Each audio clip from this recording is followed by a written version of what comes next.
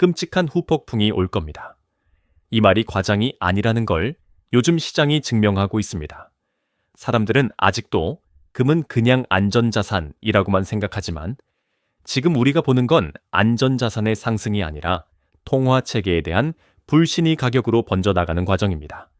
핵심은 단순합니다. 달러에 대한 신뢰가 균열을 내기 시작했고 그 균열이 금과 은을 통해 밖으로 새어나오고 있다는 겁니다. 예전 위기 국면에서는 달러를 쥐고 있으면 마음이 편했습니다. 하지만 이번엔 결이 다릅니다. 달러를 들고 있는 게 오히려 위험해질 수 있다는 인식이 전 세계 곳곳에서 동시에 퍼지고 있어요. 왜냐? 달러는 단지 종이가 아니라 시스템이기 때문입니다. 그 시스템이 정치, 제재, 지정학의 도구로 자주 사용되기 시작하는 순간 시장은 본능적으로 질문합니다. 내 자산이 정말 내 것인가? 특정 사건 하나로 결제망이 막히고 자산이 동결되고 유동성이 끊기면 그때도 달러가 안전자산인가? 바로 이 지점에서 금이 다시 돈으로 돌아옵니다. 금은 누구의 약속도 필요 없고 누구의 승인도 필요 없습니다. 그래서 전 세계 중앙은행이 조용히 그러나 끈질기게 금을 사들이는 겁니다. 개인 투자자들이 뉴스 한 줄 보고 매수 버튼을 누르는 속도보다 중앙은행의 장기 전략은 훨씬 무겁고 느리지만 방향이 바뀌면 되돌리기 어렵습니다. 중요한 건 이 흐름이 단기 이벤트가 아니라 구조적 변화일 수 있다는 점입니다.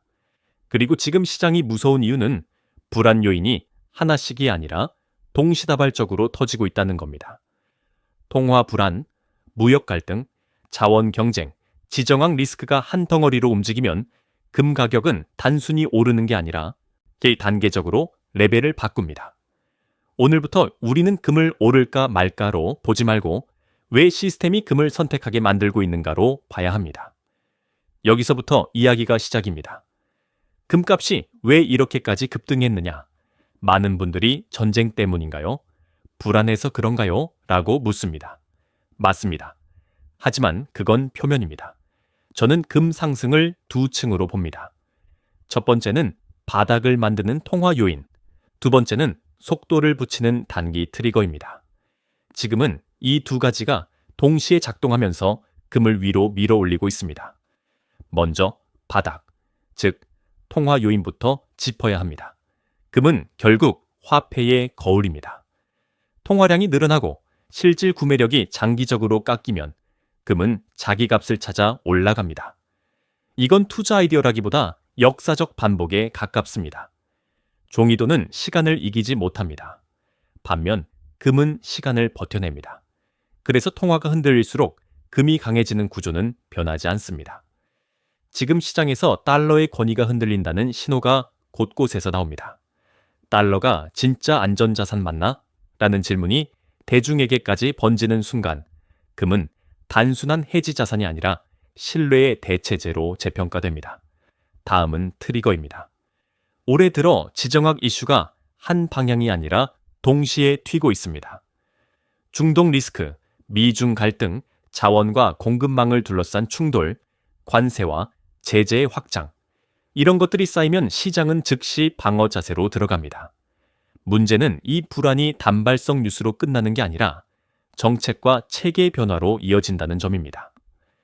갈등이 길어질수록 기업과 국가는 필수 자산을 어디에 두고 무엇으로 결제할 것인가를 다시 설계할 수밖에 없습니다.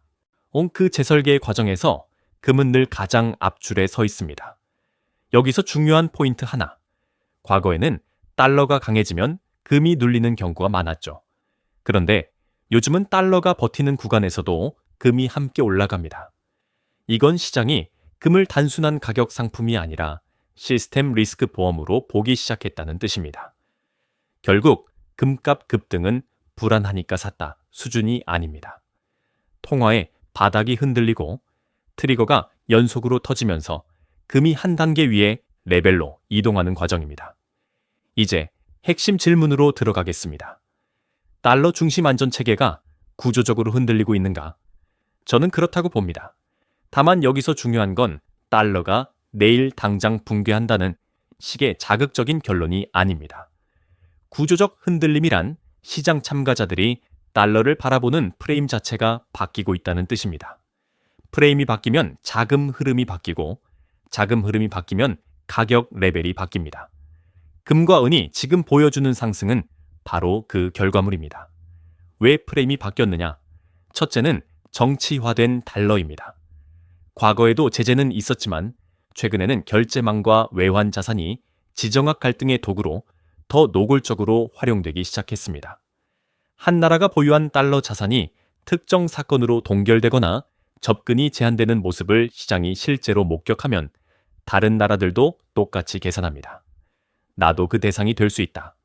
그 순간 달러는 단지 안전자산이 아니라 조건부 자산이 됩니다. 조건부가 되는 순간 자산 배분은 자동으로 다변화 쪽으로 움직입니다.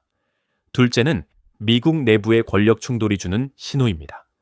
중앙은행, 재정, 정치 권력이 충돌하면 시장은 단순히 시끄럽네로 끝내지 않습니다.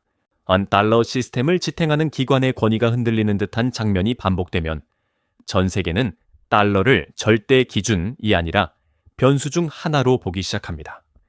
이 변화가 무서운 겁니다. 왜냐하면 달러의 힘은 군사력보다도 신뢰의 관성에서 나오는데 신뢰는 한 번 깨지면 회복 속도가 매우 느리기 때문입니다. 셋째는 고립주의의 강화입니다. 미국이 자국 우선으로 방향을 강하게 틀수록 동맹과 비동맹을 가리지 않고 각국은 방어 전략을 짭니다. 방어 전략의 1순위는 준비 자산의 재구성입니다. 여기서 금은 가장 중립적이고 가장 오래된 결론입니다. 그래서 최근에 중앙은행 금 매수는 단순한 투자 행위가 아니라 통화 체계 변동에 대한 보험 계약에 가깝습니다. 달러가 사라진다는 게 아닙니다. 다만 달러만으로 충분하다는 시대가 끝나고 있다는 겁니다. 시장이 그 결론을 내리는 순간 금은 안전자산을 넘어 대체, 기축의 역할을 일부 맡게 됩니다. 그리고 그 변화는 가격으로 이미 반영되기 시작했습니다. 중국이 미국 국채를 줄이고 금 보유를 늘린다. 러시아, 인도 등 브릭스 국가들도 달러 비중을 낮추고 금을 채운다. 이 흐름을 단순히 정치적 제스처로 보면 시장을 놓칩니다. 이건 포트폴리오 조정이 아니라 결제와 준비 자산의 구조를 바꾸는 장기 전략에 가깝습니다.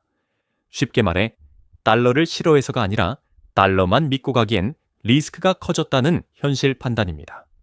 여기서 가장 먼저 짚어야 할 건 미국 국채의 의미 변화입니다. 과거에는 국채를 사는 것이 곧 달러 시스템에 참여한다는 신호였고 그 시스템은 비교적 예측 가능했습니다. 그런데 지금은 국채를 쥐는 순간 금리, 정치 제재, 환율까지 복합 리스크가 따라붙습니다. 특히 국가 단위에서는 위기 때 유동성 확보가 최우선인데 달러 자산이 언제든지 정치적 변수에 묶일 수 있다는 인식이 퍼지면 자연스럽게 준비 자산을 금 중심으로 분산할 수밖에 없습니다. 두 번째는 브릭스의 움직임입니다. 브릭스가 새로운 결제 단위나 대한통화 이야기를 꺼내는 것 자체가 중요한 게 아닙니다. 더 중요한 건 그 과정에서 기초 자산으로 금이 반복해서 언급된다는 사실입니다. 금은 누구의 신용도 필요 없고 국제 정치의 편에 서지 않습니다. 그래서 다자간 결제 시스템을 설계할 때 가장 현실적인 담보가 됩니다. 결과적으로 달러 100% 체계에서 복수 체계로 이동하는 흐름이 강화될수록 금은 단순한 투자 대상이 아니라 통화 경쟁의 핵심 자산으로 격상됩니다. 세 번째는 에너지 자원 결제의 변화, 즉 페트로달러의 균열 가능성입니다. 에너지 거래가 달러로만 결제되는 구조가 약해지면 달러의 필요성 자체가 줄어듭니다. 필요성이 줄면 미국은 국채를 발행해도 받아줄 곳이 줄어드는 구조에 직면합니다. 그래서 미국은 자원과 공급망을 다시 쥐려하고 그 과정에서 지정학적 충돌이 늘어나며 시장은 다시 금으로 이동합니다.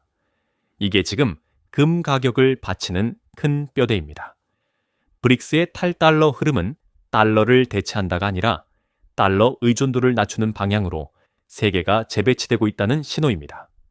그리고 그 재배치의 중심에 가장 조용하지만 가장 강한 방식으로 금 매수가 자리 잡고 있습니다. 이제 금값 상승에서 가장 현실적인 힘을 봐야 합니다. 뉴스 한 줄에 흔들리는 개인 자금이 아니라 중앙은행이라는 최대 매수 주체가 시장의 구조를 바꾸고 있다는 점입니다. 이 금시장에서 중앙은행은 단순한 참가자가 아닙니다. 공급과 수요의 균형을 통째로 뒤흔드는 고정수요에 가깝습니다. 그리고 이 고정수요가 최근 몇 년간 거의 끊기지 않고 이어지고 있습니다. 왜 중앙은행이 금을 사느냐? 이유는 단순합니다. 첫째, 금은 상대의 약속을 필요로 하지 않는 준비자산입니다.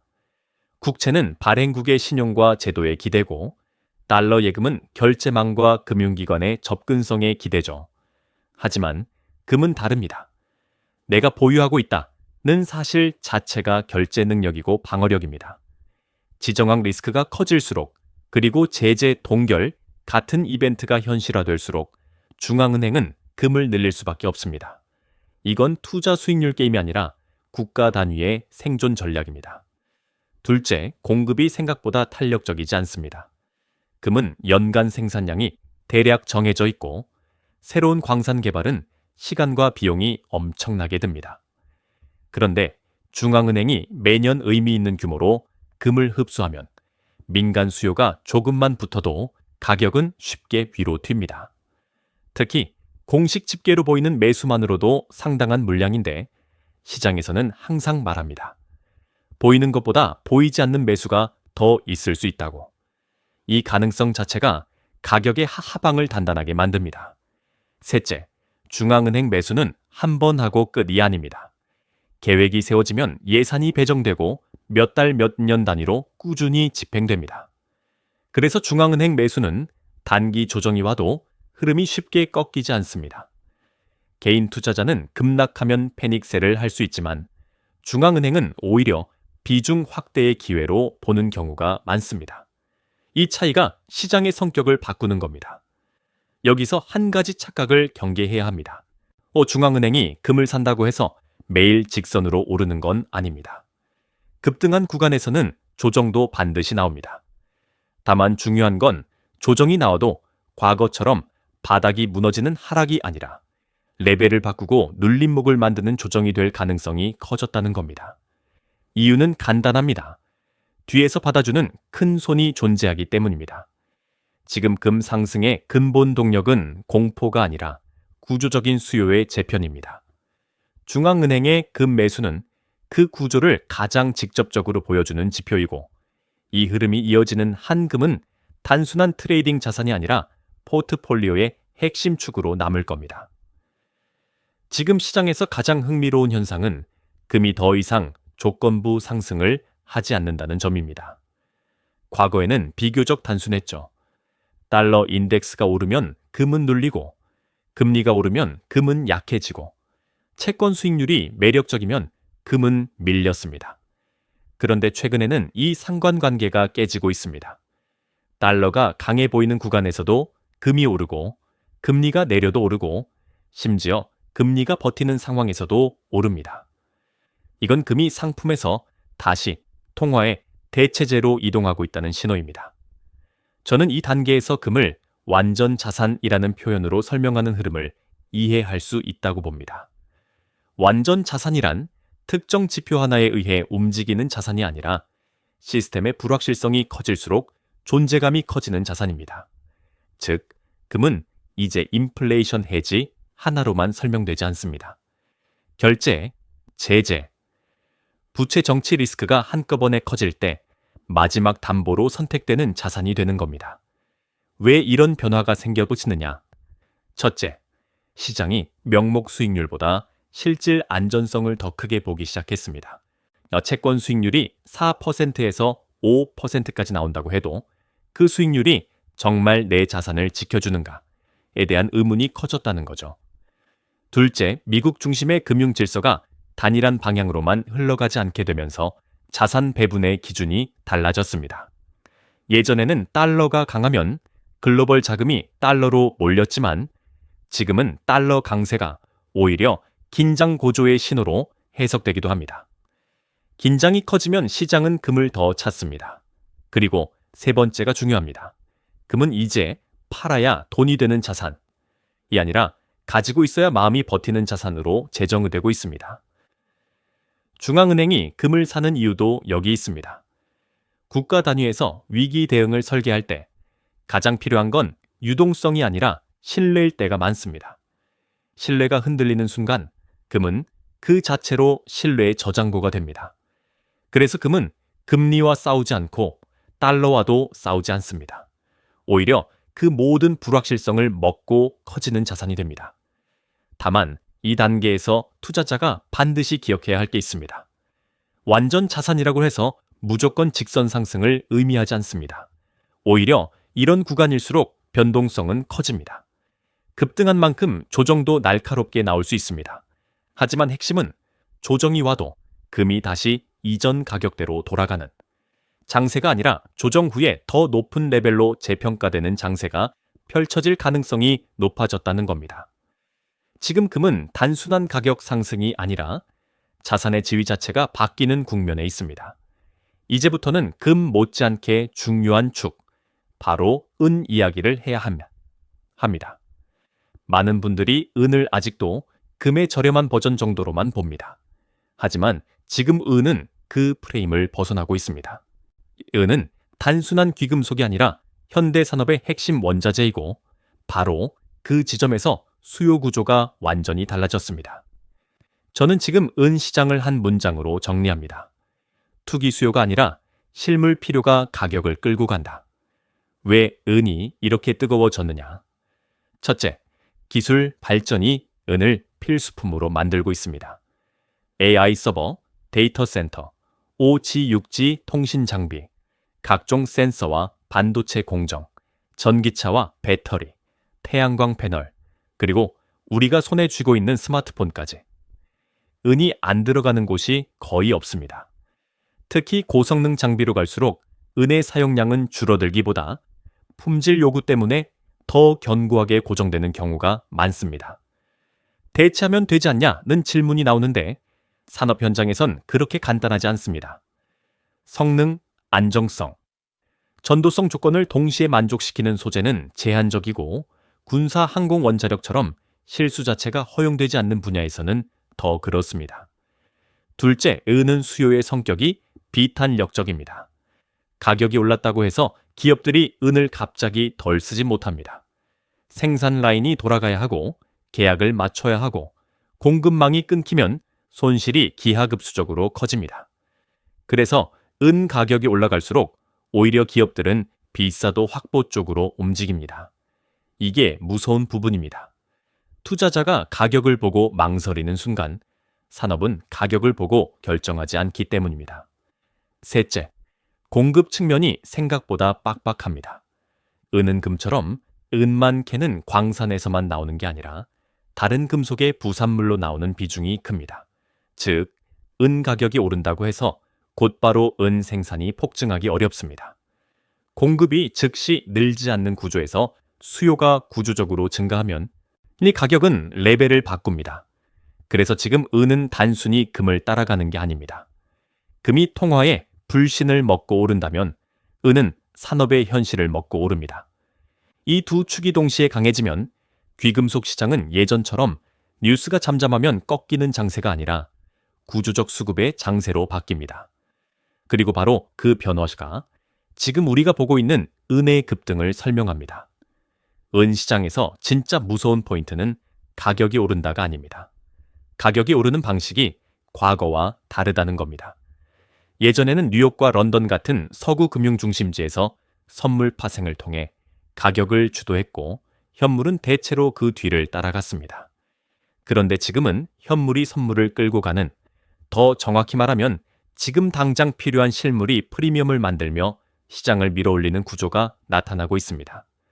첫 번째 신호가 바로 백워데이션입니다. 일반적으로 귀금속은 보관 금융 비용 때문에 선물이 현물보다 비싼 콘탱고 구조가 많습니다. 그런데 현물이 선물보다 비싸지는 구간이 잠깐이 아니라 지속된다는 건 시장이 말하는 게 하나입니다. 3개월 뒤가 아니라 지금 당장 필요하다. 이건 단순한 심리 문제가 아니라 공급망 문제입니다. 기업들이 혹은 국가들이 지금 은이 없으면 생산과 전략이 멈출 수 있다는 압박이 생긴다는 뜻입니다. 두 번째는 시장 간 가격 스프레드 확대입니다. 특히 상하이 현물 시장이 서구 시장 대비 더 높은 프리미엄을 제시하는 구간이 길어지고 있습니다. 원래라면 차익 거래가 들어와 스프레드를 좁혀야 정상입니다. 서구에서 싸게 사서 중국에 비싸게 팔면 끝이니까요. 그런데 지금은 그 정상적인 차익 거래가 원활하게 작동하지 않는다는 이야기가 반복됩니다. 네, 왜냐하면 관세, 통관, 제재, 물류, 그리고 무엇보다 들어간 실물이 다시 나오기 어렵다는 인식이 장벽이 되기 때문입니다. 스프레드가 좁혀지지 않는다는 건 시장의 균형 장치가 고장났다는 의미입니다.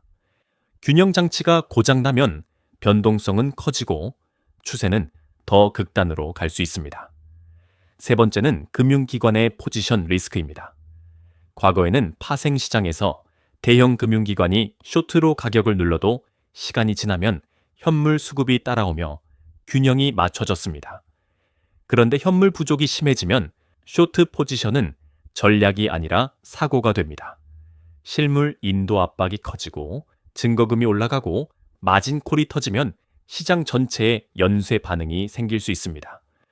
은은 시장 규모가 금보다 작기 때문에 이런 충격이 더 크게 나타날 여지가 있습니다. 지금 은 시장은 단순 상승이 아니라 수급 구조의 전환을 보여줍니다. 선물이 가격을 설명하던 시대에서 현물이 가격을 명령하는 시대로 넘어가는 중입니다. 이 구간에서 투자자는 방향성만 볼 게 아니라 시장에 고장난 연결고리, 베고데이션, 스프레드, 차익거래의 제한을 같이 봐야 합니다. 그래야 왜 은이 이렇게 움직이는지, 그리고 왜 더 위험하면서도 더 강해질 수 있는지 이해할 수 있습니다. 여기까지 들으면 많은 분들이 이렇게 생각합니다. 그럼 지금이라도 전부 금은으로 갈아타야 하나요? 결론부터 말하면 절대 아닙니다. 지금 구간은 강세장이 맞지만 강세장일수록 사람을 망가뜨리는 순간이 같이 옵니다. 바로 급등 이후의 급락, 그리고 그 급락에서 나오는 패닉입니다. 금과 은은 결국 사람의 심리를 이용해서 가장 비싸게 사게 만들고 가장 싸게 팔게 만듭니다. 그래서 지금 필요한 건 확신이 아니라 규칙입니다. 첫째, 지금은 몰빵이 아니라 분할 매수가 기본입니다. 금이든 은이든 이미 많이 올라와 있습니다. 이 상태에서 한 번에 들어가면 조정이 왔을 때 멘탈이 버티지 못합니다. 금은 20%, 조정이, 은은 20%부터 30%까지 조정이 생각보다 흔합니다. 예를 들어 은이 $100 근처라면 20%만 빠져도 $80대입니다. 금이 $5,000대라면 20% 조정은 $4,000대로 내려오는 겁니다. 이걸 시장 붕괴로 착각하면 그때 손절이 나옵니다. 강세장에서는 바로 그 손절이 가장 큰 손실이 됩니다. 둘째, 상승할 때 따라붙지 말라는 원칙이 필요합니다. 어떤 자산이든 급등하면 반드시 숨고르기가 옵니다. 특히 귀금속은 파생시장의 영향이 크기 때문에 큰 자금이 선물 매도로 하락 포지션을 걸면 단기 급락은 언제든 나올 수 있습니다. 그건 펀더멘털이 갑자기 무너져서가 아니라 포지션과 유동성의 게임이기 때문입니다. 그래서 매수는 흥분이 아니라 조정해서 해야 합니다. 조정이 오면 끝났다가 아니라 계획대로 한 번 더 가 나와야 합니다. 셋째, 지금 구간에서 금과 은을 로또처럼 보지 말아야 합니다. 금은은 몇 배 먹고 끝이 아니라 내 자산의 보험구역입니다. 기본은 가치 보존입니다. 물론 지금처럼 레벨이 바뀌는 장세에서는 수익도 크게 나지만 그 수익을 목표로 들어가면 변동성에 깨집니다. 반대로 보험으로 들어가면 급등은 보너스가 됩니다. 스스로에게 질문을 하나 던지세요. 내가 감당 가능한 하락폭은 몇 %인가? 이 질문에 답이 없다면 지금 매수는 위험합니다. 답이 있다면 그 답에 맞게 분할로 들어가면 됩니다. 강세장은 기회이지만 규칙 없는 확신은 독입니다. 지금은 맞추는 장이 아니라 버티는 장입니다. 지금 이 시장을 한 단어로 정리하면 재설계입니다. 통화 시스템이 재설계되고 자원 공급망이 재설계되고 국가 간 결제 구조가 재설계되는 국면입니다. 금과 은은 그 재설계의 결과물이 아니라 재설계를 가능하게 만드는 핵심 담보로 다시 등장하고 있습니다. 그래서 저는 지금의 상승을 단순한 호재 랠리로 보지 않습니다. 구조가 바뀌면 가격은 레벨을 바꿉니다. 그리고 레벨을 바꾼 가격은 예전처럼 쉽게 돌아가지 않습니다. 그렇다면 개인 투자자는 무엇을 해야 하느냐? 저는 3가지만 기억하라고 말씀드립니다. 첫째, 금과 은은 타이밍보다 비중입니다. 어느 날 딱 맞춰 사는 게 아니라 내 자산에서 흔들리지 않는 구역을 만드는 겁니다. 둘째, 분할입니다. 지금처럼 변동성이 큰 장에서는 분할 매수가 유일한 방어입니다. 계획 없이 한 번에 들어가면 조정이 왔을 때 시장이 아니라 내 멘탈이 먼저 무너집니다. 셋째, 금, 은은 수익률이 아니라 구매력 보존의 관점으로 접근해야 합니다. 이 관점이 잡히면 급락이 와도 패닉이 아니라 기회가 됩니다. 또 하나, 한국 투자자라면 반드시 주의해야 할 게 있습니다. 프리미엄입니다. 국제 시세와 국내 거래 가격이 벌어지는 구간이 생기면 상승이 2배처럼 보이기도 하지만 반대로 조정이 올 때는 하락이 더 크게 체감됩니다. 국제 가격이 빠지고 프리미엄까지 빠지면 체감 하락이 2배가 됩니다. 그러니까 가격이 올랐다만 보지 말고 내가 실제로 사고 파는 시장의 구조, 수수료, 세금, 스프레드, 프리미엄까지 계산해야 합니다. 이걸 모르면 같은 금을 들고도 성과가 완전히 달라집니다. 결론을 내리겠습니다. 지금 금과 은은 단순히 오르는 자산이 아닙니다. 세계가 불확실성에 대응하는 방식이 바뀌면서 금과 은이 통화의 대안, 전략자산, 산업 필수품으로 동시에 재평가되고 있습니다. 그렇기 때문에 기회는 분명히 존재합니다. 하지만 그 기회는 한 방이 아니라 설계에서 나옵니다. 오늘의 결론은 간단합니다. 욕심으로 들어가지 말고 규칙으로 들어가세요. 금과 은은 빠르게 부자가 되는 길이 아니라 오래 살아남는 길입니다.